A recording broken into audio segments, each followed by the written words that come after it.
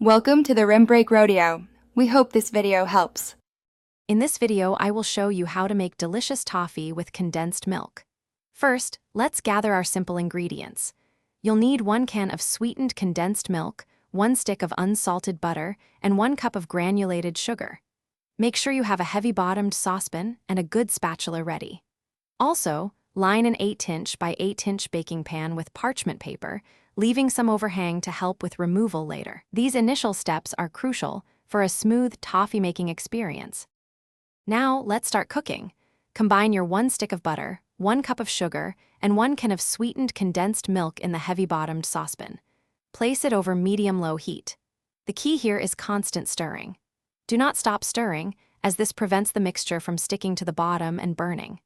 Continue cooking and stirring until the mixture transforms into a beautiful, rich golden brown color and becomes noticeably thick. This stage usually takes about 15 to 20 minutes.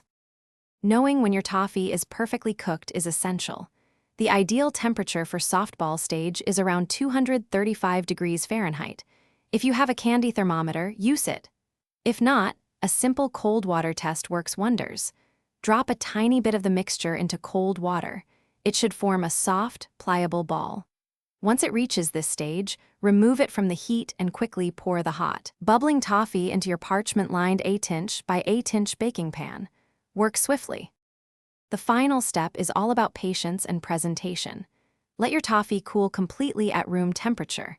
This usually takes at least 2 hours or even longer until it's completely firm to the touch. Once it's solid, simply use the parchment paper overhang to lift the entire slab of toffee out of the 8-inch by 8-inch pan. Then, you can cut it into your preferred shapes, like 1-inch squares or small rectangles. Enjoy your homemade, delicious condensed milk toffee. Thanks for watching. Consider subscribing if we helped you.